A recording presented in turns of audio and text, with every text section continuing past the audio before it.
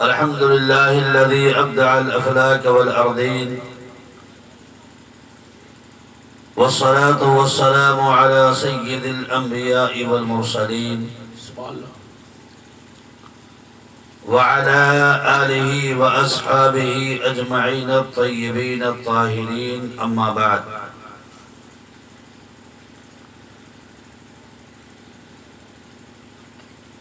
فقد قال الله تبارك وتعالى في القرآن المجيد والفرقان الحميد: أعوذ بالله من الشيطان الرجيم، بسم الله الرحمن الرحيم. إن في خلق السماوات والأرض واختلاف الليل والنهار لآيات لأولي الألباب. سبحان اللہ، سبحان اللہ. وقال الله تبارك وتعالى: أعوذ بالله من الشيطان الرجيم، يا أيها الذين آمنوا اتقوا الله وكونوا مع الصادقين. سبحان اللہ. صدق الله العظيم، وبلغنا رسوله النبي الأمين الكريم، ونحن على ذلك لمن الشاهدين والشاكرين، والحمد لله رب العالمين. آمين آمين بجاه النبي الأمين الكريم.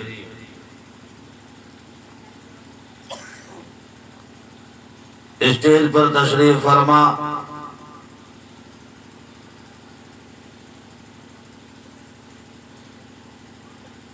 میرے دیرینہ رفیق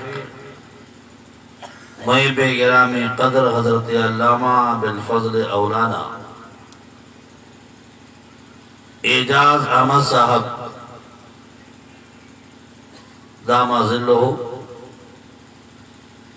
ناظم اجلاس محب گرامی مولانا اسرار صاحب، اور جن کی دعوت پر میں آپ کی اس آبادی میں اس جلسے میں شرکت کرنے کے لیے حاضر آیا، خصوصاً جناب ماسٹر ریحان صاحب سامنے تشریف فرما، اور اسٹیج پر جلوہ بار تمامی حضرات، السلام علیکم ورحمۃ اللہ وبرکاتہ. وعلیکم السلام. سر شام سے آپ حضرات اس محفل کو منعقد کر کے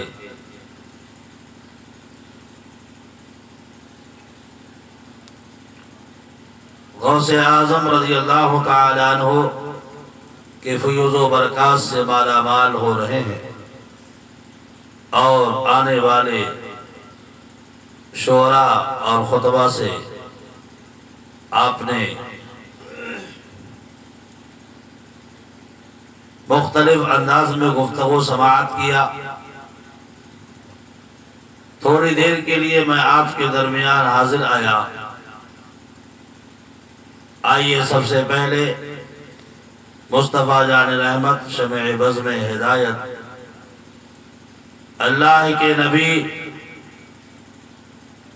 زخم خوردہ انسانیت کے طبیب، معلم انسانیت، آقائے نامدار، مدنی تاجدار، حضور نبی کریم رؤوف الرحیم صلی اللہ علیہ وسلم کی بارگاہ بے کس پناہ میں درود و سلام کا نذرانہ پیش کرے اور پڑھے: اللہم صلی علی سیدنا و مولانا محمد معدن الجود والکرم وآلہ وبارک وسلم.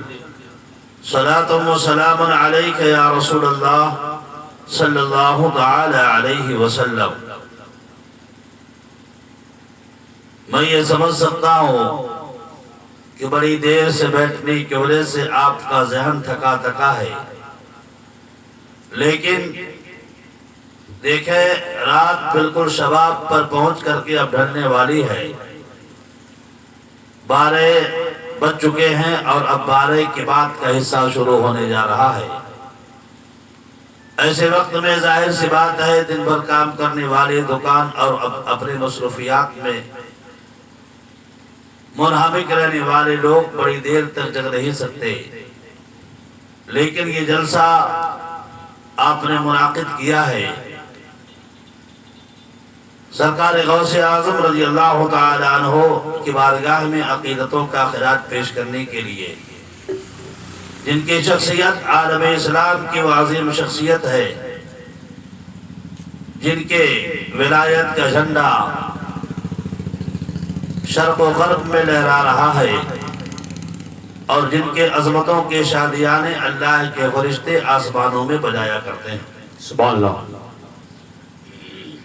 جنہیں ہم محبت کے ساتھ پیرے پیرا کہتے ہیں، میرے میرا کہتے ہیں، سلطان الاولیاء کہتے ہیں، اور جب کوئی مشکل پیش آتی ہے تو انہیں یا غوث اور مدد کے نام سے یاد کرتے ہیں۔ سبحان اللہ، کہ اللہ کے ایسے بندے ہیں، اللہ کے ایسے برگزیدہ چنندہ بندے ہیں جن کی زبان میں اللہ نے وہ تاثیر رکھی ہے کہ جب وہ بولتے ہیں تو اللہ کی رحمت برستی ہے، اور جب وہ عطا کرتے ہیں تو رب کریم اپنی طرف سے بے پناہ عطا فرماتا ہے۔ سبحان اللہ،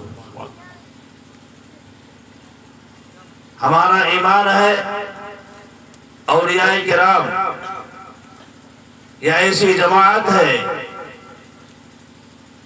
کہ آج دنیا میں خصوصاً ہمارے وطن ہندوستان میں جو سلامتی اور امن موجود ہے، بلا شبہ یہ اولیاء کرام کی عظمتوں کی دین ہے۔ یہ بزرگان دین اگر ہمارے درمیان جلوہ بار نہ ہوتے، ان کی عظمتیں نہ ہوتی، ولایت کی مشقتیں نہ ہوتی، ان کے مزارات نہ ہوتے، ان کی خانقاہیں اور ان کے دیار نہ ہوتے، تو آج لوگوں کے اعمال ایسے ہیں اللہ کا غضب نازل ہو جاتا۔ لیکن بزرگان دین نے، اولیاء اللہ نے اپنے کرم سے بندوں کو سنبھال رکھا ہے، اور اللہ نے اپنے رحمتوں کو اڑیل رکھا ہے۔ حضرات، بڑی دیر تک مجھے آپ کے درمیان گفتگو نہیں کرنی ہے۔ میں نے قرآن حکیم کی آیت کریمہ آپ کے درمیان پڑھنے کا شرف حاصل کیا، 2 آیتیں پڑھی ہیں۔ ایک آیت تو اس سلسلے میں ہے کہ بحیثیت مومن ہمیں اور آپ کو یہ سمجھنا چاہیے کہ قرآن اللہ کا کلام ہے۔ آج اللہ کا شکر ہے ہم مسلمان ہیں، ہمارے دلوں میں ایمان کی شمع فروزہ ہے، ہم صاحب ایمان ہیں، ہماری زبان پر کلمہ جاری ہے پڑھنے کے لیے قرآن جیسی عظیم کتاب ہمارے اور آپ کے درمیان تشریف فرما ہے۔ قیامت تک اللہ کے رسول صلی اللہ علیہ وسلم کی امت کے علماء قرآن کی آیتیں پڑھ پڑھ کر کے لوگوں کو خطاب کرتے رہیں گے، سمجھاتے رہیں گے، کیوں یہ وہ کلام ربانی ہے جس کو پڑھنا بھی ثواب ہے، جس کو سننا بھی ثواب ہے، اور جس کو چومنا بھی ثواب ہے، اور جسے اپنے گھر میں رکھنا باعث برکت ہے۔ سبحان اللہ، اللہ کا شکر ہے اس نے ہمیں اپنے سب سے پیارے نبی کو امت میں پیدا فرمایا، اور پڑھنے کے لیے کتاب عظیم کی شکل میں، قرآن حکیم کی صورت میں ایسی کتاب عطا فرمائی جس کتاب کی حفاظت کی ذمہ داری خود رب العالمین نے لیا۔ سبحان اللہ، وہ غوث اعظم رضی اللہ تعالیٰ عنہ جن کی یاد میں یہ جلسہ منعقد ہے، اللہ کا شکر ہے ہم آج ہی نہیں، ہم سنی لوگ تو پورا سال اولیاء کرام کی یاد مناتے ہیں، کبھی خواجہ کا ذکر کرتے ہیں، کبھی محبوب الہی کا ذکر کرتے ہیں، کبھی قطب الدین فرید الدین کا ذکر کرتے ہیں، کبھی مخدوم سملہ کا ذکر کرتے ہیں، کبھی تاجدار اہل سنت امام احمد رضا کا ذکر کرتے ہیں۔ اور جب مہینہ آتا ہے 11ویں شریف کا، جب مہینہ تشریف لاتا ہے، غوث اعظم دستگیر کا ربیع الاخر کا مہینہ تشریف لاتا ہے تو پورب سے لے کر کے پچھم تک، اتر سے لے کر کے دکھن تک پورے دنیا میں غوث اعظم کے غوثیت کے نعرے لگائے جاتے ہیں، اور دیوانے یہ گھوم کر کے کہتے ہیں واہ کیا مرتبہ ہے غوث ہے، بالا تیرا اونچے اونچوں کے سروں سے قدم آنا، واہ واہ نعرے تکبیر، کوئی جانے کہ ہے رسالت، اولیاء ملتے ہیں آنکھیں وہ ہے تلوا تیرا۔ حضرات یہ غوث اعظم رضی اللہ تعالیٰ عنہ جن کی شان اتنی عظیم ہے، اتنی بلند و بالا ہے، ابھی تھوڑی دیر میں میں انشاءاللہ اس سلسلے میں آپ کے سامنے کچھ عرض کرنے کی کوشش کروں گا۔ کچھ ابتدائی باتیں آپ سن لیں۔ یہ دنیا جس میں اللہ نے ہمیں اور آپ کو پیدا کیا ہے، اس میں رات کو رکھا ہے اللہ نے، دن کو رکھا ہے اللہ نے، باغات پیدا فرمائے ہیں اللہ نے، زمین و آسمان کو پیدا فرمائے ہیں اللہ نے، چاند و سورج کی رمق کو پیدا فرمائے ہیں اللہ نے، پانی کو اللہ نے پیدا کیا، خشکی کو اللہ نے پیدا کیا، چرند و پرند کو اللہ نے پیدا کیا، پہاڑوں کو اللہ نے پیدا کیا، نشیب و فراز کو اللہ نے پیدا کیا، انسانوں کو اللہ نے بنایا، جناتوں کو اللہ نے بنایا، فرشتوں کو اللہ نے بنایا، نظر نہ آنے والی مخلوق کو اللہ نے بنایا، سب چیزوں کو اللہ نے وجود بخشا، سب کو اللہ نے پیدا کیا۔ قرآن کہتا ہے ان فی خلق السماوات والارض واختلاف اللیل والنہار، اے لوگوں زمین و آسمان کے پیدا کیے جانے میں، رات کے آنے میں دن کے جانے میں، دن کے آنے میں رات کے جانے میں لآیات لأولی الالباب، اے عقل مندو تمہارے لیے نشانی ہے، تمہارے لیے دلائل ہیں، تمہیں اللہ کی قدرت کاملہ کو سمجھنے کے لیے بہترین نشانیاں رب العالمین نے رکھی ہے۔ یہ بڑے بڑے پہاڑ، یہ بغیر کسی کھمبے کے آسمان کا کھڑے رہنا، یہ زمین کے نشیب و فراز، یہ بڑے بڑے جنگلات، یہ خوشبو، یہ مہک، یہ للک، یہ چمک، یہ دمک، یہ بارش، یہ آندھی، یہ طوفان، یہ روشنی، یہ ساری چیزیں اس بات کا پتہ دے رہی ہے ان تمام کا پیدا کرنے والا کوئی خالق ہے، کوئی مالک ہے، کوئی بادشاہ حقیقی ہے، کوئی رب العالمین ہے جس نے دنیا کو پیدا کیا ہے۔ لہذا دنیا میں رہنے والے انسانوں تمہیں سوچنا چاہیے جس رب نے تمہارے لیے پانی کو پیدا کیا، جس نے تمہارے لیے آگ کو پیدا کیا، جس نے تمہاری تمہیں روشنی دینے کے لیے چاند و سورج کو پیدا کیا، باغات کو پیدا کیا، پھولوں کو پیدا کیا، بلبلوں کو پیدا کیا، چہک اور باغ کو پیدا کیا۔ اے انسانوں یہ ساری نعمتیں اللہ نے تمہارے لیے بنائی ہے، اللہ نے تمہارے جسم میں اپنی کتنی نعمتیں رکھی ہیں، اور دنیا کی ساری چیزیں شرق و غرب سے لے کر کے شمال و جنوب تک ساری نعمتیں اللہ نے ہمارے اور تمہارے لیے بنائی ہے۔ بھلا سوچو اے لوگوں، کیا ہم نے کبھی غور کیا، کبھی توجہ دیا اس بات کی طرف اللہ نے اتنی ساری نعمتوں سے دنیا کو سجایا ہے ہمارے لیے، آپ کے لیے، ان کے لیے، ان کے لیے، یہاں کے لیے، وہاں کے لیے؟ کبھی ہم نے سوچا کیوں نہیں، کبھی ہم نے غور کیوں نہیں کیا؟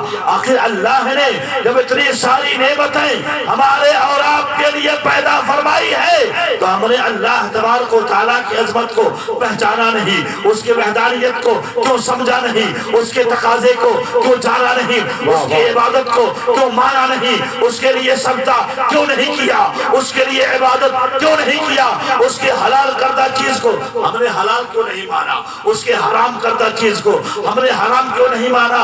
لآیات لأولی الالباب، اے عقل مندو اس دنیا میں اللہ کو پہچاننے کے لیے بے شمار چیزیں ہیں جسے دیکھتے کہ تم اللہ کو پہچان سکتے۔ سبحان اللہ سبحان اللہ، زندہ باز اللہ کو پہچان، خدا کی معرفت حاصل کرو۔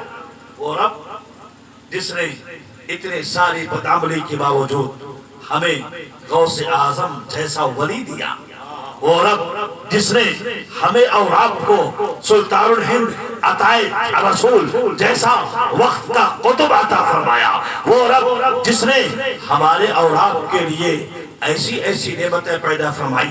آپ ذرا دیکھیں، تصور کریں اور سوچیں، اس دنیا کو اللہ نے بنایا ہماری اور آپ کی ہدایت کے لیے.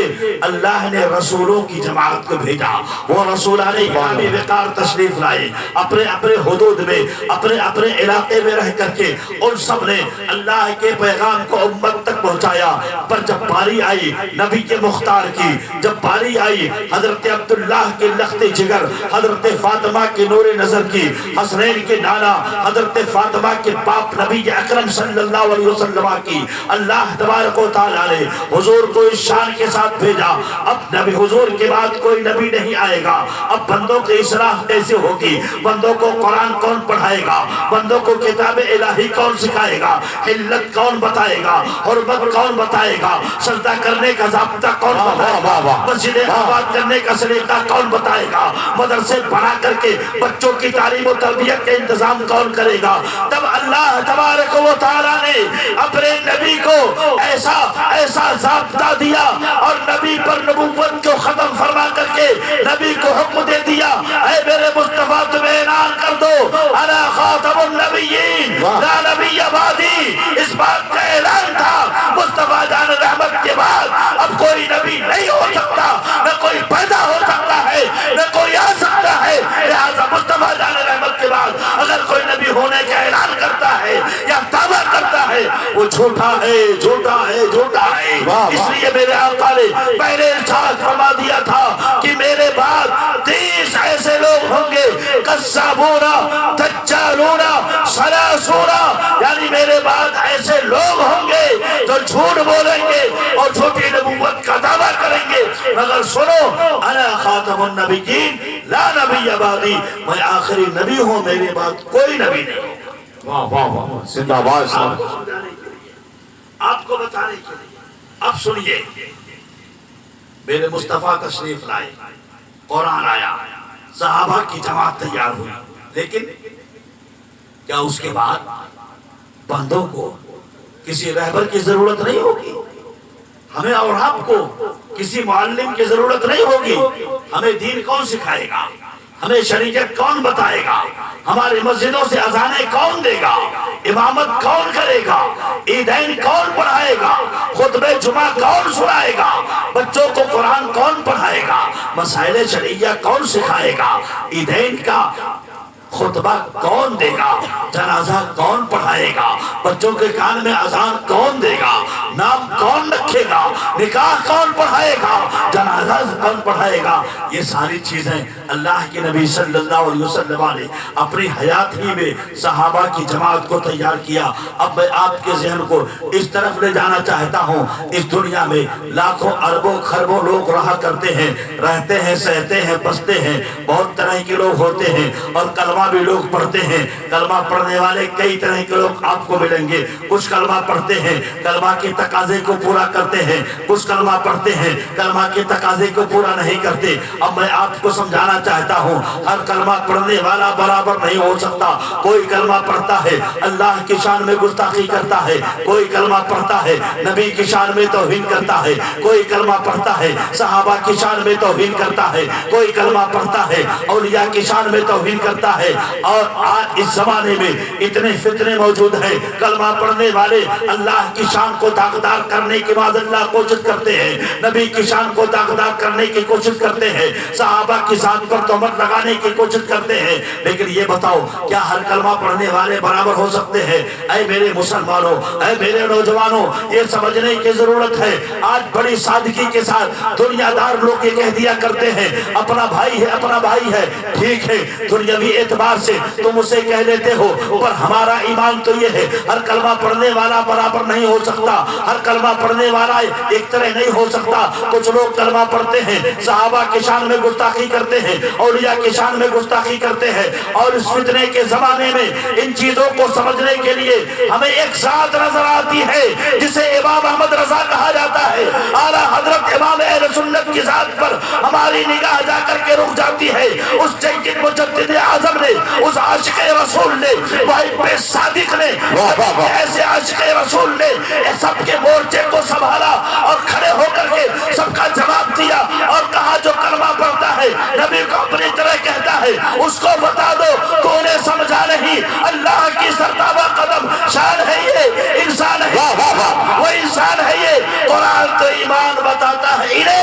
ایمان یہ کہتا ہے میری جان جان ہے. نعرے تکبیر، نعرے رسالت، جس نے غوث بڑا فیضان اعلیٰ حضرت. نعرے تکبیر، نعرے رسالت. اور جب کسی کلمہ پڑھنے والے نے کہا رسول ہماری طرح ہے، رسول کو غیب کا علم نہیں، رسول ہمیں کچھ نہیں اس زمانے میں دے سکتے، اس وقت اعلیٰ حضرت امام اہل سنت نے پورے دنیا انسانیت کے عقیدے کی حفاظت کیا. قرآن کی ترجمانی کرتے ہوئے، حدیث رسول اللہ کی ترجمانی کرتے ہوئے اعلان کیا تھا اے کلمہ پڑھنے والا انسان، تو کلمہ بھی پڑھتا ہے اور اپنے نبی کو بے اختیار بھی مانتا ہے، مگر سن لے ہم قرآن پڑھتے ہیں. قرآن کہتا ہے ما آتاکم الرسول فخذوہ وما نہاکم عنہ فانتہوا. اسی لیے امام اہل سنت نے کہا کون دیتا ہے دینے کو، وہ چاہیے، دینے والا ہے سچا ہمارا نبی. جب کسی سبحان اللہ دینے والے نے کہا نبی کی شان کو کم کیا اور کہا یہ تو ہماری طرح ہے، یہ ہماری ہی طرح ایک انسان ہے، اس وقت امام محمد رضا نے کہا تھا سب سے اعلیٰ و اولا ہمارا نبی، سب سے اعلیٰ و اعلیٰ ہمارا نبی. سب چمک والے اجروں میں چمکا کیے، اندھے شیشوں میں چمکا ہمارا نبی. اے لوگوں، آج اس زمانے میں بہت سارے لوگ آپ کو ملیں گے کلمہ بھی پڑھتے ہیں، کلمہ کا تقاضا پورا نہیں کرتے ہیں. اب مجھے بتاؤ وہ صحابی کسے کہتے ہیں؟ وہ انسان خوش نصیب جس نے ایمان کی حالت میں میرے آقا کو دیکھا، ایمان کی حالت میں حضور کی زیارت کیا اور دنیا سے جاتے جاتے اس کا ایمان محفوظ رہا، سلامت رہا. اس خوش نصیب انسان کو صحابی کہا جاتا ہے. آج اس دنیا میں بہت سارے پڑھے لکھے لوگ بھی صحابہ کی شان میں توہین کرتے ہیں، پر سنو بچتا کون ہے؟ جس پر اللہ اس کے رسول کا کرم ہوتا ہے، اللہ و رسول کی خصوصی عنایت ہوتی ہے.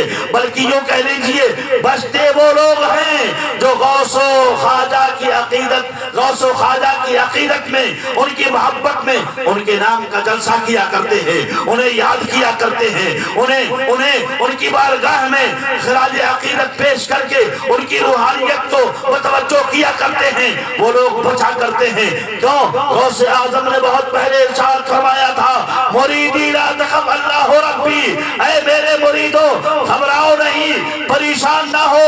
یدی علی مریدی کالسماء علی الارض، میرا یہ ہاتھ میرے مریدوں پر ایسے ہی ہے جیسے زمین پر آسمان ہے. واہ واہ واہ واہ. زمین زندہ باد، زندہ باد. آسمان سے خالی نہیں ہے. مجھے بتاؤ کیا زمین کا کوئی حصہ آسمان سے خالی ہے؟ جب زمین کا کوئی حصہ آسمان سے خالی نہیں تو پھر غوث اعظم کے کسی بھی چاہنے والے کا سر ان کے دستے ولایت سے خالی نہیں. اسی لیے فرمایا مریدی لا تخف اللہ ربی، اے میرے مریدوں گھبراؤ نہیں، پریشان نہ ہو، خوف نہ کرو، اللہ میرا رب ہے، اس نے مجھے ایسی عنایتیں دیا ہے کہ جس کی برکت سے میں رب کی بارگاہ میں تمہاری کشتی کو نجات تک پہنچا دوں. سبحان اللہ، سبحان اللہ، سبحان اللہ. لیکن شرط یہ ہے کہ غوث اعظم کی تعلیمات اور یہ محبت میں جو بیٹھے ہیں نا، جانتے ہیں محبت بڑی انمول شے ہے. اور یہ محبت جب مل جاتی ہے خصوصاً اولیاء کی، اللہ و رسول کی. تو ایک واقعہ بتا دوں آپ کو. لطائف اشرفی کتاب جو سیدی سرکار مخدوم اشرف جہانگیر سمنانی رحمت اللہ تعالی علیہ، تاریخ سلطنت، آپ کی کتاب لطائف اشرفی، اس میں ایک واقعہ ذکر ہے. دنیا ولایت کے بہت بڑے شہنشاہ حضرت ابراہیم ابن ادہم، جانتے ہیں؟ بہت بڑے بادشاہ تھے. انہوں نے ولایت کو ٹھوکر ماری. تاریخ اسلام میں مجھے 3 نام ملتے ہیں جنہوں نے بادشاہت کو چھوڑ دیا. کون کون جانتے ہیں؟ ایک حضرت ابراہیم ابن ادہم، دوسرے آپ کے پڑوس میں آرام فرما سیدی مخدوم اشرف جہانگیر سمنانی، اور تیسرے نواز رسول اللہ، خاندان اہل بیت کے چشم و چراغ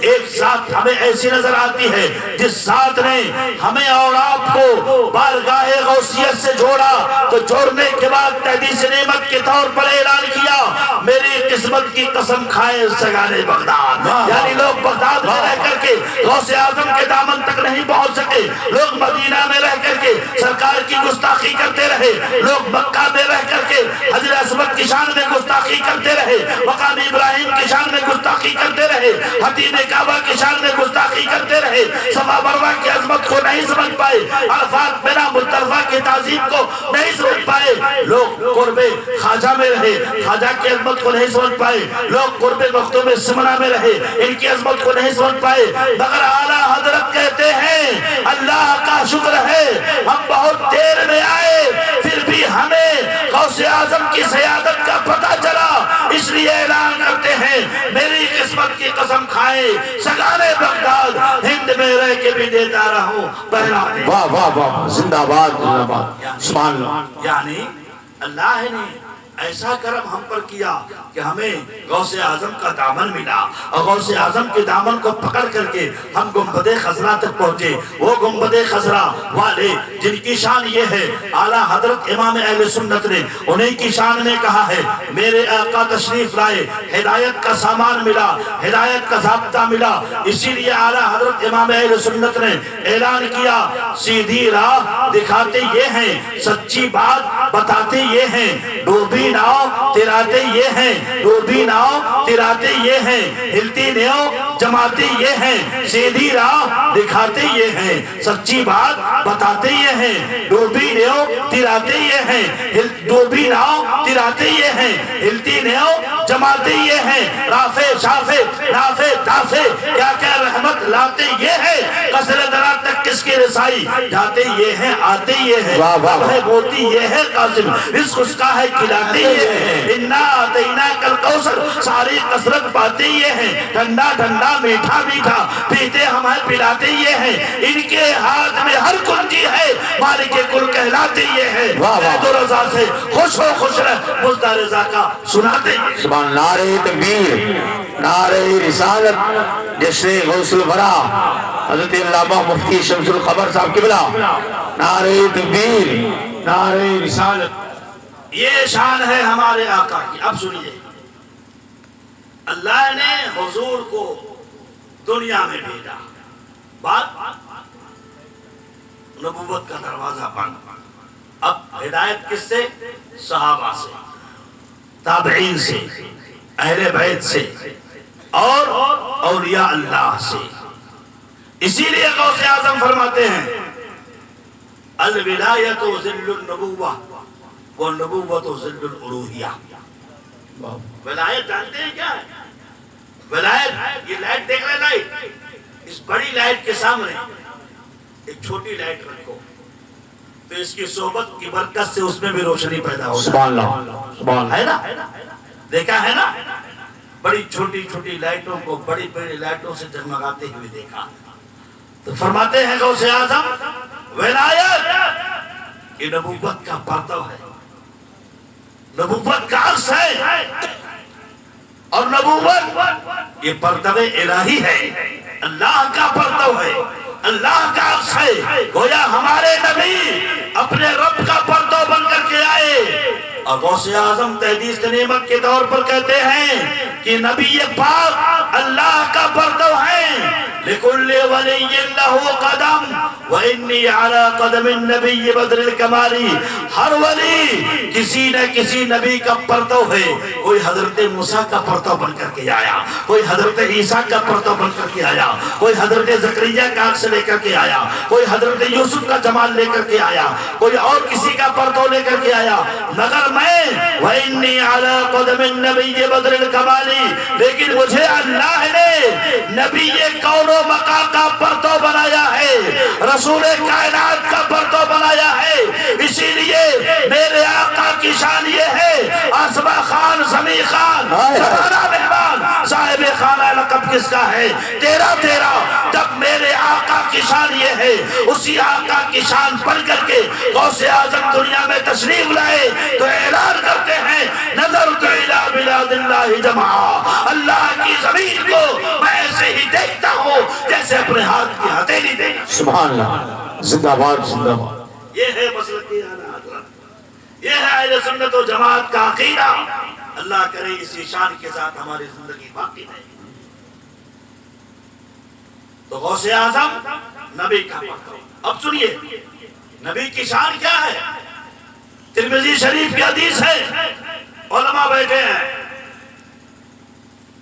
حضور نے فرمایا قد اوتیت علم الاولین والآخرین.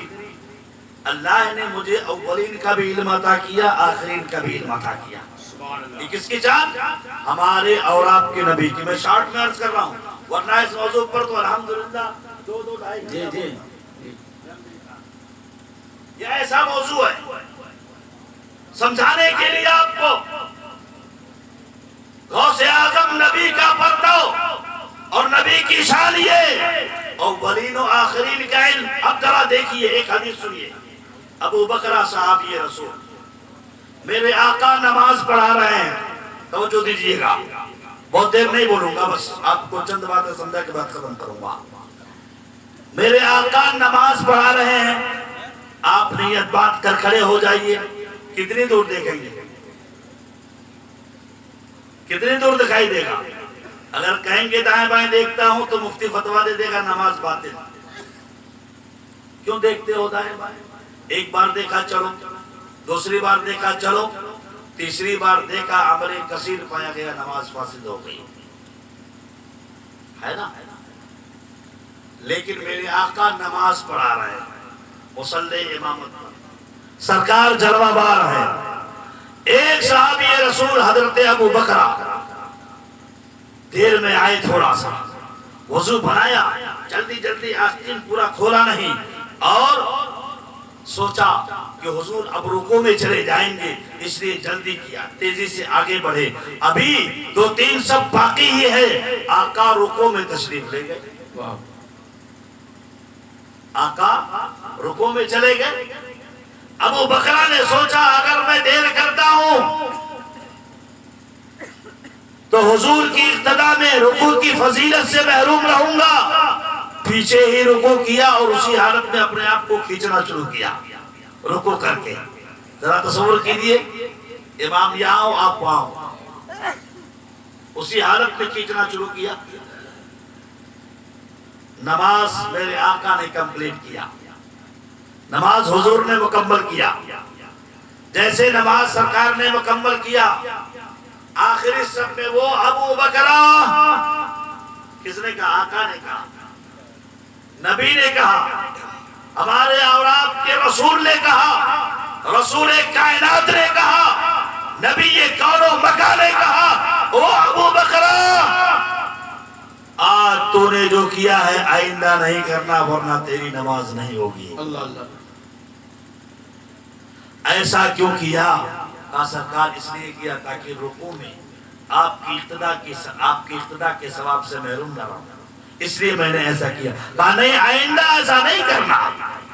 تو وہ نبی پاک جو حالت نماز میں ہو اور 5-6 سب پیچھے، ابو بکر رکوع کی حالت میں اپنے آپ کو کھینچ رہے ہو، نبی حالت نماز میں ان کی کیفیت کو دیکھ رہے ہیں، ان کے سچویشن کو دیکھ رہے ہیں، ان کے انداز کو دیکھ رہے ہیں. آج کا امام کہہ دے میں نے ایسا دیکھا، ایسا کیا، ایسا جانا، تو اس کے نماز کے باطل ہونے کا حکم دے دیا جائے گا.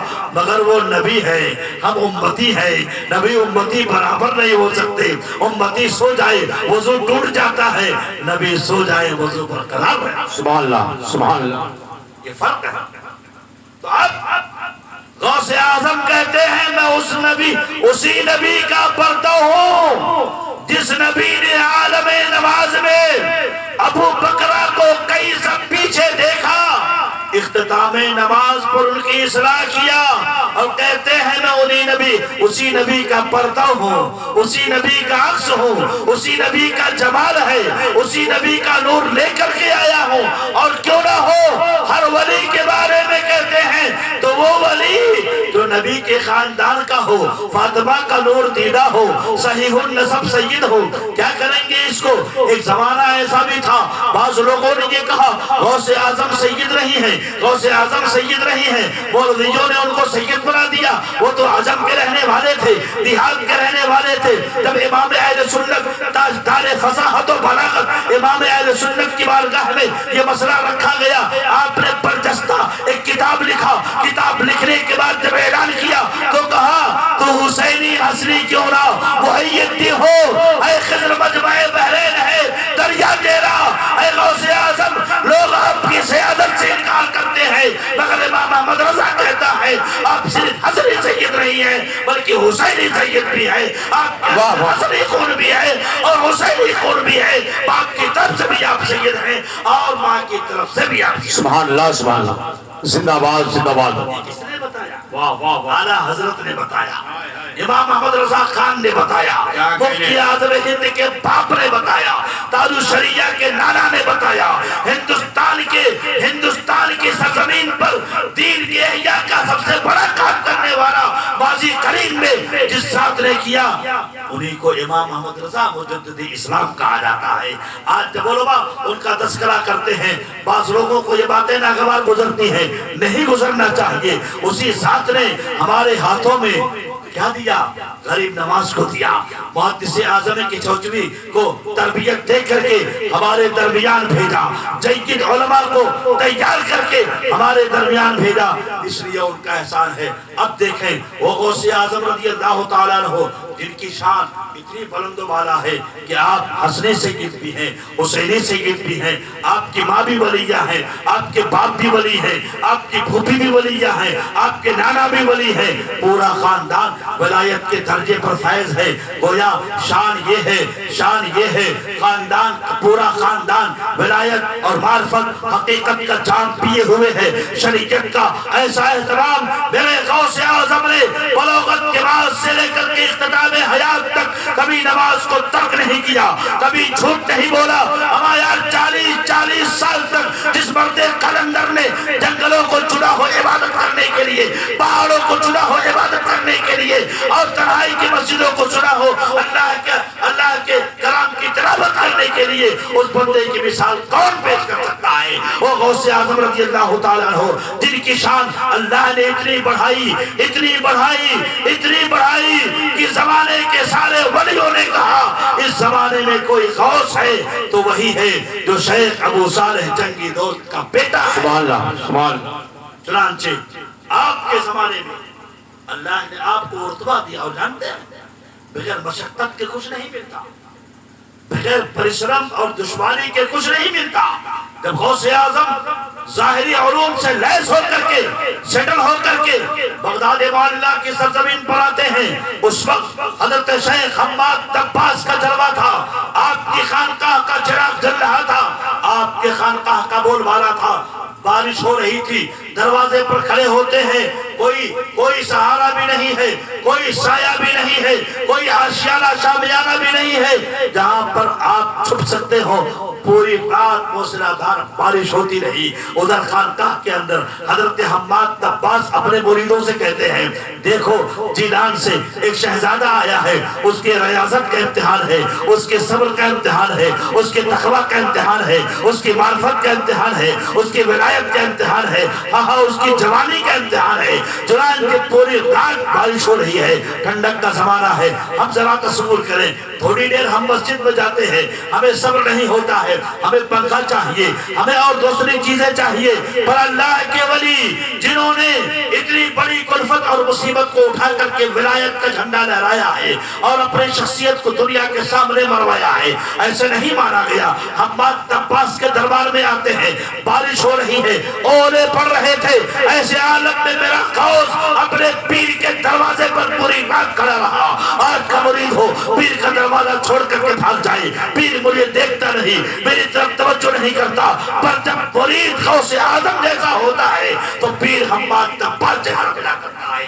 چنانچہ حضرت غوث اعظم رضی اللہ تعالیٰ عنہ پوری رات ان کے دروازے پر کھڑے رہے، اندر پیر مسکراتے رہے، نماز پڑھ کر کے دعائیں کرتے رہے، مولا یہ تیرا بندہ اور جیلان سے آیا ہے، میرے دروازے پر مولا میرے خانقاہ کی آبرو کو سلامت رکھنا۔ چنانچہ حضرت غوث اعظم رضی اللہ تعالیٰ عنہ پوری رات کھڑے رہے شیخ حماد دباس کی بارگاہ میں۔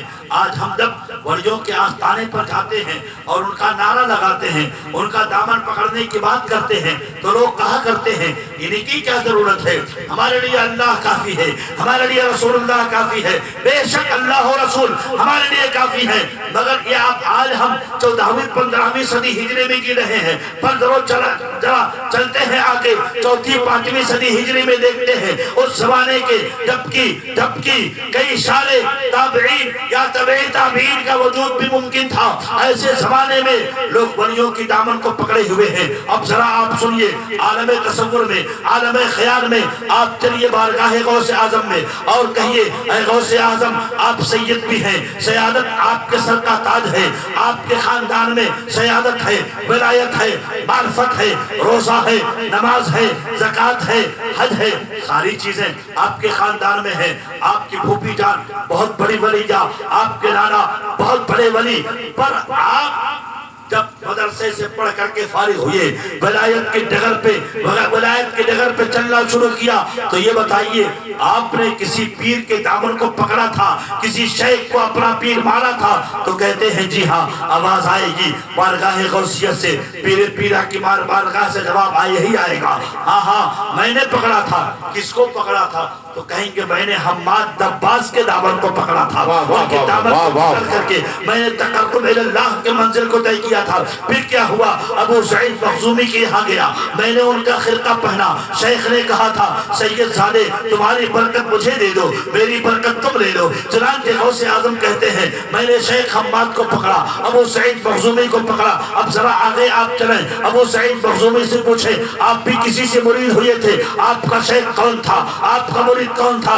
میرے نوجوانوں، مرید کا مطلب یہ نہیں کہ نعرہ لگا لو ان کا، مرید کا مطلب ذرا دیکھو اور تصور کرو، جب مرید ہوا جاتا ہے تو شیخ کے کلمات پر عمل کیا جاتا ہے، شیخ کی باتوں پر عمل کیا جاتا ہے۔ چنانچہ حضرت ابو سعید مخزومی کہتے ہیں کہ جی ہاں میں نے بھی ایک پیر کا انتخاب کیا تھا۔ وہ کون تھے؟ ابو سعید مخزومی کہتے ہیں میں نے ابو الفرح طرطوسی کو اپنا پیر مانا تھا۔ چنانچہ ابو الفرح طرطوسی اپنے زمانے کے بہت بڑے جید ولی کامل تھے، ان سے پوچھا جائے آپ نے کس کے دامن کو پکڑا تھا، کس کے دروازے پر حاضری دیا تھا؟ ابو الفرح طرطوسی کہتے ہیں جی ہاں میں نے ابو الحسن قریشی کی بارگاہ میں حاضری دیا تھا۔ ان سے پوچھو آپ کہاں گئے تھے؟ وہ کہتے ہیں میں ابو بکر شبلی کی بارگاہ میں گیا تھا۔ ان سے پوچھو آپ کہاں گئے تھے؟ وہ کہیں گے میں ابو الفضل تمیمی کی بارگاہ میں گیا تھا۔ ان سے پوچھو آپ نے کس کا دامن پکڑا تھا؟ وہ کہیں گے میں نے جنید بغدادی کے دامن کو پکڑا تھا۔ جنید بغدادی آپ کہاں گئے تھے؟ وہ کہتے ہیں میں نے معروف کرخی کو پکڑا تھا۔ معروف کرخی آپ نے کس کو پکڑا تھا؟ وہ کہتے ہیں میں نے سری سختی کو پکڑا تھا۔ سری سختی آپ نے کس کو پکڑا تھا؟ وہ کہتے ہیں میں نے داؤد تائی کے دامن کو پکڑا تھا۔ داؤد تائی آپ کہاں گئے تھے؟ وہ کہتے ہیں میں نے حبیب اعظمی کو پکڑا تھا۔ حبیب اعظمی آپ نے کس کو پکڑا؟ حسن بصری کو پکڑا۔ حسن بصری آپ نے کس کو پکڑا؟ مولا کائنات کو پکڑا۔ مولا کائنات آپ نے کس کے پایا؟ رسول کائنات۔ واہ واہ واہ واہ، زندہ باد زندہ باد، واہ واہ، وقتا رہنے کا سلسلہ پتہ یہ چلا جو عقیدہ اہل سنت و جماعت ہے یہی عقیدہ سچا ہے، یہی درست ہے، اسی پر ہم ناز کرتے ہیں اور اسی پر فخر کرتے ہیں اور اعلان کرتے ہیں۔ امام احمد رضا کی زبان میں اہل سنت کا ہے میرا 12 صحاب حضور، نجم ہے اور ناؤ ہے اطرت رسول اللہ۔ سبحان اللہ سبحان اللہ سبحان اللہ۔ بات سمجھ میں آئی؟ یہ ہے ولایت اور ایک دوسرے سے جڑنے کا سلسلہ۔ غوث اعظم اتنے بڑے ولی کیا آپ نے بہت سنا ہوگا، اس بھری دنیا میں پڑھے لکھے لوگوں کے زمانے میں کوئی ایسا ڈاکٹر آپ نے نہیں پایا ہوگا، کوئی ایسا حکیم نہیں پایا ہوگا جس حکیم نے نگاہوں سے حکیم بنایا ہو۔ پایا کسی کو نہیں؟ بغیر پریکٹس کے، بغیر محنت کے، بغیر کام کیے کوئی ڈاکٹر کسی ایسے کو ڈاکٹر بنا دے گا؟ تو چلو غوث اعظم کی بات کیا، واہ واہ واہ، نگاہوں سے. اور ایسا نہیں کسی سنجیدہ انسان کو ولی بنا دیا. زمانے کا سب سے بڑا اچکا ہے، زمانے کا اوباش ہے، زمانے کا چور ہے، زمانے کا ڈاکو ہے، زمانے کا راہزن ہے، بد عمل بے عمل ہے. اور جب کہا گیا غوث اعظم آپ کے بارگاہ میں آنے والا اس شان کا مالک ہوتا ہے، شیر کو خطرے میں لاتا رہے گا.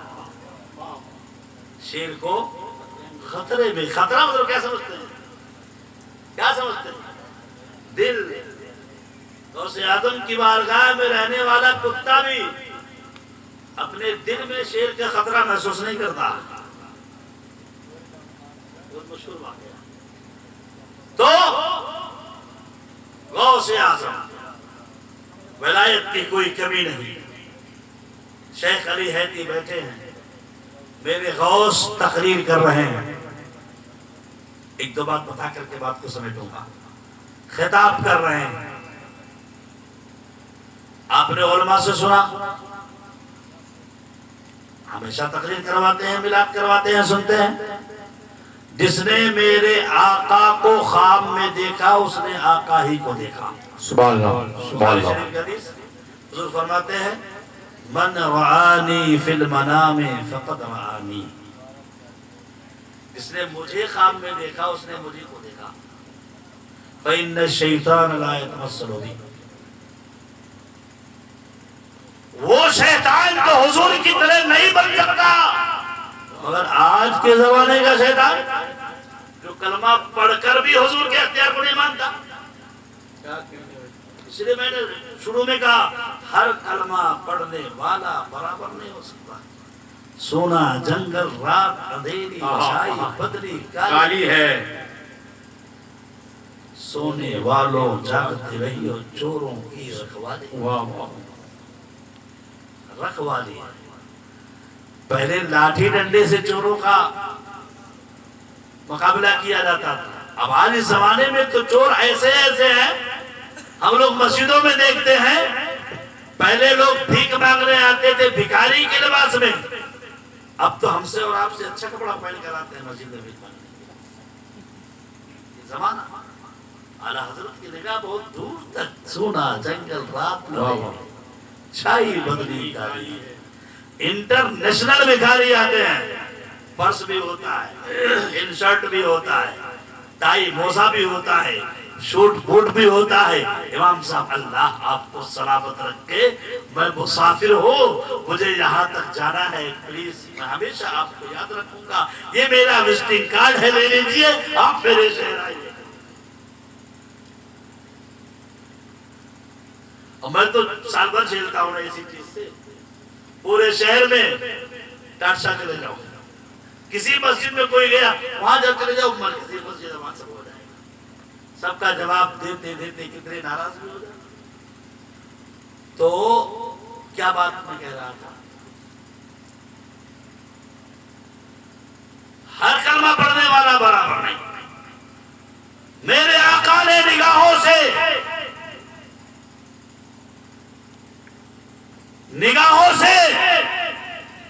ایمان عطا کیا. غوث اعظم نے بھی نگاہوں سے مردہ زندہ کیا. برابر ہی نہیں. نبی اور امتی برابر کیسے ہو سکتے ہیں؟ ہاں بات یہ ہے کہ نبی ہیڈ لائٹ ہے اور غوث اعظم ہلکا سا اس کا پرتو لے کر کے آ گیا. واہ واہ واہ. اسی کا عکس لے کر کے آ گیا، اسی کا جمال لے کر کے آ گیا. تو شیطان تو میرے آقا کی شکل اختیار نہیں کر سکتا. آج کے زمانے کا کتنا بڑا دہر ہے وہ شیطان جو کہتا ہے میرے آقا میری طرح. ماذ اللہ. تو آپ حضرت شیخ علی حیدی اسٹیج پر جلوہ بار ہیں، غوث اعظم خطاب کر رہے ہیں. اسی عالم میں علی حیدی کی آنکھ لگی میرے آقا سامنے.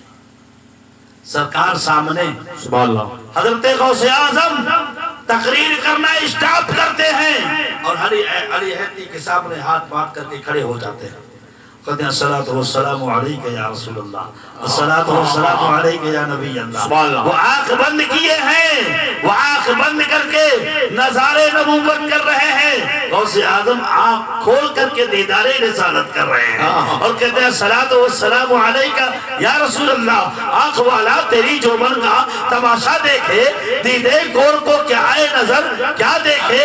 علی حیدری کہتے ہیں کہ میں سو رہا تھا، غوث اعظم میرے سامنے کھڑے ہیں، اور وہی نہیں جب وہ میرے پاس کھڑے ہیں تو پورا مجمع کھڑا ہے۔ مجمع کتنا ہوتا؟ 70 لاکھ کی تعداد میں لوگ ہوتے، سب کھڑے تھے۔ علی حیدری کہتے ہیں کہ جیسے ہی میری آنکھ ہلکی سی کھلی، میں نے دیکھا شیخ عبد القادر جیلانی پیرے پیرا میرے میرا شاہ جیلا میری طرف متوجہ ہو کر کے الصلاۃ والسلام علیک یا رسول اللہ پڑھ رہے ہیں۔ میں نے پوچھا حضور ابھی ابھی میں نے نبی پاک کی کا دیدار کیا ہے، سرکار کی زیارت کیا ہے۔ غوث اعظم کہتے ہیں ہاں وہی تو بات ہے، آپ نے آنکھ بند کر کے حضور کو دیکھا اور ہم نے آنکھ کھول کر کے میرے آقا کو دیکھا۔ اتنے میں علی حیدری کھڑے ہو جاتے ہیں اور وہ بھی الصلاۃ والسلام علیکہ یا رسول اللہ پڑھنے لگتے ہیں۔ اب یہیں سے پتہ یہ چلا جب غوث اعظم کی شان یہ ہے کہ میرے آقا صلی اللہ علیہ وسلم آپ کے خطاب کی محفل میں جلوہ بار ہوتے ہیں، تشریف لاتے ہیں، اور خطاب سے پہلے میرے آقا نے غوث اعظم سے کہا تھا عبد القادر تم تقریر کیوں نہیں کرتے، کیوں نہیں کرتے؟ تو کہا تھا میں عجم کا ہوں، عرب کے لوگ میرے کلام کو میری گفتگو کو کیسے سنیں گے؟ میرے آقا نے 7 دفعہ اپنے لعاب دہن کو غوث اعظم کو منہ میں ڈالا تھا، بعد میں مولا کائنات نے 6 بار ڈالا تھا۔ غوث اعظم نے پوچھا تھا آپ نے ایک مرتبہ کیوں ایک بار ایک عدد کم کیوں ڈالا؟ تو کہا تھا چونکہ میرے آقا نے 7 دفعہ ڈالا ہے، اگر میں بھی ڈال دوں گا تو برابری کا اندیشہ ہو جائے گا، اس لیے میں نے ایک دفعہ ایک عدد کم ڈالا۔ جو مولا کائنات ہیں، باب ولایت ہیں، نبی کے معتمد ہیں، فاطمہ کے شوہر نامدار ہیں، وہ نبی کا ادب ایسا کریں کہ نبی کی برابری کا شائبہ نہ ہونے دیں۔ اور آج چند جملے پڑھ کر کے لوگ نبی کو اپنی طرح کہا کرتے ہیں غیظ میں جل جائے بے دینوں کے لیے یا رسول اللہ کی کثرت کیجئے چرچا ہونے کا صبح و شام۔ واہ واہ کافر پر قیامت۔ واہ واہ واہ زندہ باد زندہ باد۔ غوث اعظم کہتے ہیں اسی لعاب پاک کا اثر تھا کہ میں بغیر مائک کے بولتا تو 70 ہزار کی تعداد میں مجمع جیسے یہ سنتے ویسے وہ سنتے۔ واہ واہ واہ سبحان اللہ سبحان اللہ۔ تو گھٹائے کہ کسی کے نہ گھٹائے نہ گھٹے گا، جب بڑھائے تجھے اللہ تعالیٰ تیرا۔ ایک بات پتا کر کے بات کر سکتے، اتنی بڑی شان غوث اعظم کی جانتے ہیں؟ غوث اعظم کے زمانے میں توجہ دیجئے گا آپ لوگ بھی، ایک بہت بڑے ولی تھے شیخ عبد الرحمن تفسونچی رحمۃ اللہ علیہ۔ بات سمجھ میں آ رہی ہے؟ ہاں؟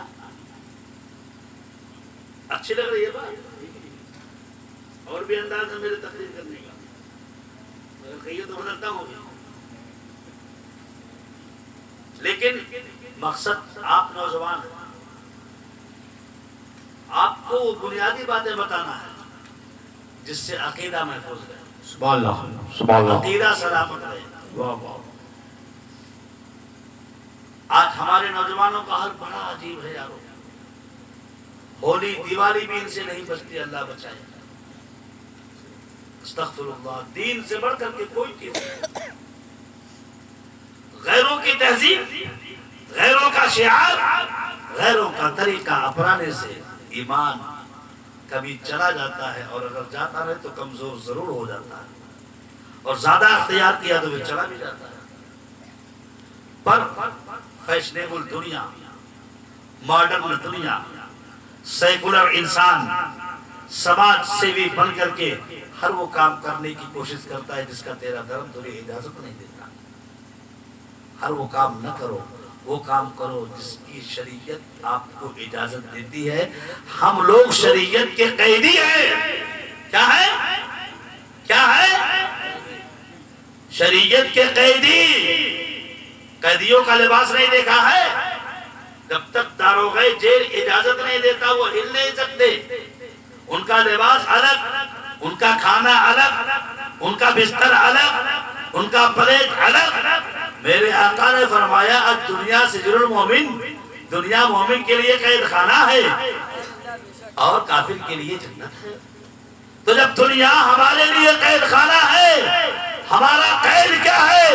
شریعت مصطفیٰ ہے. تو دنیا کے قیدی کا لباس قید خانے کی طرح ہوتا ہے، اور مومن جو قیدی ہے شریعت کا، اس کا لباس بھی شریعت کے مطابق ہو، اس کی زندگی بھی شریعت کے مطابق ہو، اس کا کھانا بھی شریعت کے مطابق ہو، اس کا پینا بھی شریعت کے مطابق ہو، اس کے زندگی کا طریقہ، تجارت ہو، معاش ہو، ضروریات زندگی ہو، شادی بیاہ، سب شریعت کی. سبحان اللہ. آپ کو سمجھانے کے لیے مثال میں شیخ عبد الرحمن تفسون جی اعلان کرتے ہیں. کیا کہتے ہیں؟ انا بین الاولیاء کالقرقی بین الطیور.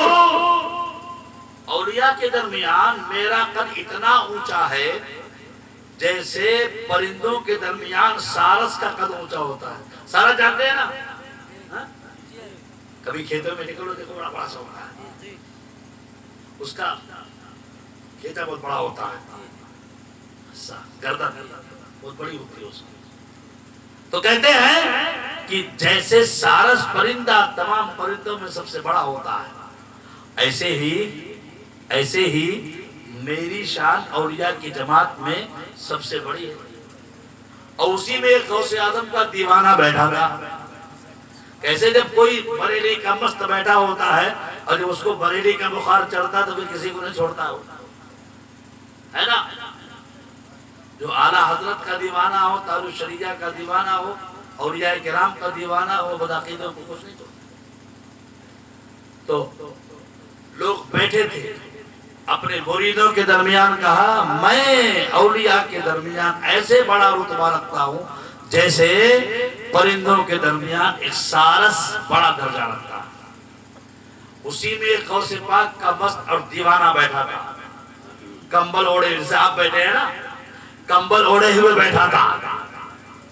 جیسا میرا پیر سب سے بڑا ہے، غوث اعظم سب سے اعلیٰ ہے، عبد القادر سب کا غوث ہے، ولیوں کا ولی ہے، تاجدار ولایت ہے، پیروں کا پیر ہے، شیخ الشیوخ ہے، علم بردار ولایت ہے. اس سے بڑا کوئی ولی اس زمانے میں نہیں. اس پیر نے کہا اعظم کہتے کریا تاج الشریعہ، دیوانے احمد تھے ان کے. تو میرا پیر سب سے امیر، سب سے بڑا. تو اس زمانے میں شیخ عبد الرحمن تفسون جی کا مرید جو تھا وہ بیٹھا تھا کمبل اوڑے ہوئے بیچ میں، اور سارے لوگ بیٹھے تھے. تو جب وہ شیخ نے اعلان کیا میری شان اولیاء کے درمیان ایسی ہے جیسے پرندوں کے درمیان فلاں پرندے کی شان ہوتی ہے، اس نے اپنا کمبل پھینکا اور تال ٹھوکا. کیا ہوا؟ کہا تم میرے پیر سے بڑے ہو گئے. کہا یہ کیا ہوا؟ یہ کیا ہوا؟ کہا میں جس پیر کا مرید ہوں ان کا نام شیخ عبد القادر جیلانی ہے، ان کی عظمتوں کی شان پہاڑ بھی پہچانتا ہے، آسمانوں میں عظمتوں کے نعرے لگائے جاتے ہیں، جنات ان کی تعظیم کرتے ہیں، ان کی خبر کو سن کر کے جنات بھاگ جایا کرتے ہیں. تو ان سے بڑھنے کی کوشش کرتا ہے. آپ پہلے مجھ سے نپٹ لے تب میرے شیخ سے بڑے بنتا. واہ واہ. آپ اس سے نپٹ. تو مریدوں نے سوچا کہ اس نے ہمارے پیر کی توہین کے لحاظ اس کو پکڑو. تو شیخ نے منع کیا نہیں، ہرگز نہیں. دیکھیے جو سچا ہوتا ہے نا، مخلص ہوتا ہے، اس کی نظر بہت دور تک ہوتی ہے. اس نے اپنے مریدوں کو منع کیا نہیں، کوئی نہیں ٹچ کرے گا، کوئی نہیں پکڑے گا، میری نظر دیکھ رہی ہے. اس کے جسم سے ہر عضو سے نور ولایت میں ظاہر ہو رہی ہے. ولایت کا نور ظاہر ہو رہا ہے۔ اب جب وہ کانپنے لگا، تڑپنے لگا، چلانے لگا، یا غوث المدد کا نعرہ لگانے لگا، شیخ عبد الرحمن تفسون جی نے کہا میرے مریدوں بیٹھو بیٹھو بیٹھو، اب میں اس سے بات کرتا ہوں۔ جب بات کیا شیخ عبد الرحمن نے کہا آپ کس سے مرید ہیں؟ کہا میں فلاں سے مرید ہوں، میں فلاں سے مرید ہوں، میں فلاں سے مرید ہوں۔ کہا اچھا ٹھیک ہے بیٹھیے، اپنا کمبل توڑ لیجئے۔ کہا نہیں مجھے، میں اب کمبل نہیں اوڑھوں گا، میں نے جو کمبل پھینک دیا اب میں اس کو اوڑھوں گا نہیں۔ کہا کیوں؟ اوڑھ تو لیجئے، ٹھنڈک کا موسم ہے۔ کہا نہیں وہ کمبل نہیں اوڑھوں گا۔ وہاں سے تقریباً علماء نے کتابوں میں ذکر کیا ہے 12 میل دور ان کا مکان تھا۔ اپنے گھر کی طرف ہاتھ بڑھا کر کے کہتے ہیں اے میری بیوی فاطمہ میرا جبہ لے کر کے آ۔ چنانچہ اس مجلس میں بیٹھے بیٹھے اپنی بیوی کو آواز دیتے ہیں قربان جاؤ اس بیوی کی قوت سماعت پر وہ بیوی آرن فارن 12 میل سے اپنے شوہر کو جبہ لے کر کے آتی ہے، محفل میں بندے کو لوگ سب کی موجودگی میں اپنے شوہر کو پہناتی ہے۔ اب یہیں سے ہمیں پھر بات سن میں آتی ہے کہ جب ان کے گدا بھر دیتے ہیں شاہان زمانہ کی جولی محتاج کے جب یہ عالم ہے مختار کا عالم کیا۔ چنانچہ شیخ عبد الرحمن تفسون جی کی محفل میں اس غوث اعظم کے چاہنے والے قادری مست کو قادری سلسلے سے وابستہ رہنے والے شخص کو جب اس کی بیوی نے جبہ پہنایا پھر کہا شیخ عبد الرحمن تفسون جی نے کہ سنو تمہارے ولی کی یہ شان ہے، تمہارے پیر کی یہ شان ہے، پر میں نے اللہ کی بارگاہ میں کبھی انہیں دیکھا نہیں۔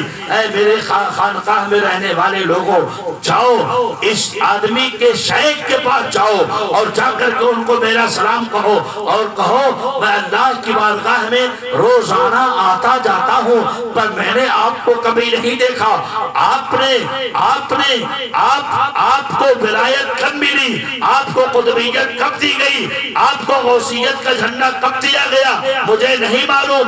اور روایتوں میں یہ بھی ذکر ہے جب غوث اعظم کا وہ مرید وہاں بیٹھ کر کے شیخ عبد الرحمن تفسون جی کے سامنے غوث اعظم کے نام سے مچل رہا تھا، غوث اعظم بغداد میں بیٹھ کر کے مسکرا رہے تھے اور کہہ رہے تھے دیکھو میرا مرید کتنا عظیم ہے، میرا مرید کتنا مست ہے، کتنا دیوانہ ہے، اس کے سر پر میرا ہاتھ ہے، وہ جہاں رہے گا رب کے کرم سے محفوظ رہے گا۔ اب اس خانقاہ سے 2 آدمی چلتے ہیں، ادھر غوث اعظم نے دیکھا وہ 2 آدمی بھیج رہے ہیں تو آپ نے اپنی طرف سے 2 آدمی بھیج دیا اور بھیجنے کے بعد کہا راستے میں شیخ عبد الرحمن تفسون جی کے 2 آدمی آ رہے ہوں گے، ان سے ملنا، ان کا سلام میری طرف لینا، میرا سلام ان کو بھیجنا اور کہہ دینا کہ اپنے شیخ سے جا کر کے کہہ دو اللہ کی بارگاہ میں حاضری دینے کے کئی راستے ہیں، ایک راستہ عام ولیوں کا ہے، ایک راستہ خاص ولیوں کا ہے، ایک راستہ ابدالوں کا ہے، ایک راستہ اختابوں کا ہے، ایک راستہ ایسے ولیوں کا ہے جہاں سے کو بہت کم لوگ جاتے ہیں، اور ایک راستہ راز و نیاز کی بات کرنے والے ولیوں کا ہے۔ انا ادخلو من باب السر، میں رب کی بارگاہ میں جاتا اور آتا ہوں، رازداری کے دروازے سے جاتا آتا ہوں، اس راستے سے کوئی نہیں جاتا۔ جاؤ شیخ عبد الرحمن تفسون جی کو بتا دو اللہ تبارک و تعالیٰ نے جب آپ کو ولایت عطا کی تھی اس وقت اس محفل میں بھی حاضر تھا اور تمہیں ولایت کی چادر اوڑھائی جا رہی تھی، میں رب کی بارگاہ میں تمہاری طرف سے سفارش کر رہا ہوں۔ سبحان اللہ سبحان اللہ، زندہ باد زندہ باد۔ یہ شان ہے۔ واو۔ آخری بات تو غوث اعظم نے کہا تھا نا کہ میرا ایک قدم اولیاء کی گردن پہ ہے، تو زمین پر جتنے اولیاء کرام تھے سب نے اپنے گردن کو جھکایا۔ شیخ علی حیدی کہتے ہیں میں نے گردن ہی کو نہیں جھکایا، میں اسٹیج پر موجود تھا، میں نے غوث اعظم کا قدم اٹھا کر کے اپنے گردن پر رکھ دیا۔ سبحان اللہ۔ کہتے جب میں نے رکھا تو میرا درجہ بڑھتا ہوا دکھائی دے رہا، سبحان اللہ۔ درجہ میرا بڑھ رہا تھا، ترقی ہو رہی تھی۔ شیخ علی ابن حیدی کہتے ہیں جب غوث اعظم کی اس آواز پر سب نے اپنے گردن کو جھکایا، اس وقت وہ کہتے ہیں میں نے دیکھا رسول کائنات، رسول کون و مکان، نبی مختار، اللہ کے حبیب، کائنات کے طبیب، رحمت عالم صلی اللہ علیہ وسلم جنت کے مین دروازے پر جلوہ بار تھے، اور جن جن لوگوں نے غوث اعظم کی آواز پر اپنے گردن کو جھکایا تھا، سب کو رسول کائنات جنت سے ایک ایک جوڑا دے رہے تھے اور کہہ رہے تھے تم نے میرے شہزادے کی آواز پر اپنی گردن کو جھکائی ہے، لے لو یہ جوڑا، لے لو یہ جوڑا پہن لو، یہ جوڑا پہن لو، یہ جوڑا پہن لو۔ شیخ علی ابن حیتی کہتے ہیں کہ میں نے دیکھا کہ رسول کائنات غوث اعظم کی آواز پر گردن جھکانے والوں کو صرف جوڑا نہیں دے رہے تھے بلکہ جنت کے کسی علاقے کی رجسٹری کر رہے تھے اور ولایت کا تاج دے رہے تھے، یہ لے لو میرے شہزادے کی آواز پر گردن جھکانے والوں، ولایت کا لباس پہن لو اور جنت کا یہ حصہ تمہارے نام کر دیا گیا۔ سبحان اللہ، زندہ باد۔ یہ ہے غوث اعظم رضی اللہ تعالیٰ عنہ کی شان جو اللہ نے حضرت غوث اعظم کو عطا فرمائی۔ اللہ کا شکر ہے ہم اس بارگاہ کو یاد کرتے ہیں، برکتیں پاتے ہیں، دلوں میں خوشی محسوس ہوتی ہے ان کی 11ویں شریف کر کے، خواجہ کی چھٹی کر کے، بزرگان دین کو یاد کر کے۔ آپ اسی طریقے سے زندگی کی شب و روز کو قائم رکھیں، نمازیں پڑھیں، اس لیے اللہ کا ہر ولی نمازی، بچوں کو پڑھائیں، اس لیے کوئی جاہل کبھی ادب نہیں سیکھ سکتا اور نہ کوئی جاہل کبھی ولایت کا درجہ پا سکتا۔ یہ بھی جانتے ہیں، بعض لوگ سوچتے ہیں ہر انگلی میں ہر انگوٹھی، الگ الگ رومال، بڑے بڑے بال، ہزارات تسبیح، ولی ہو گئے۔ جو شریعت کے خلاف کام کرے گا ولی کبھی نہیں ہو سکتا۔ ولایت کے لیے علم بھی شرط ہے اور شریعت کی پیروی بھی شرط ہے۔ جن کو ولایت ملی یا تو اللہ نے وہابی طور پر ان کو ایک بارگیر عطا فرما دیا یا ان کو مدرسوں میں پڑھنے کی توفیق عطا فرمائی۔ غوث اعظم پیدا ہوئے، قرآن کی کئی پاروں کے حافظ 17 پارے،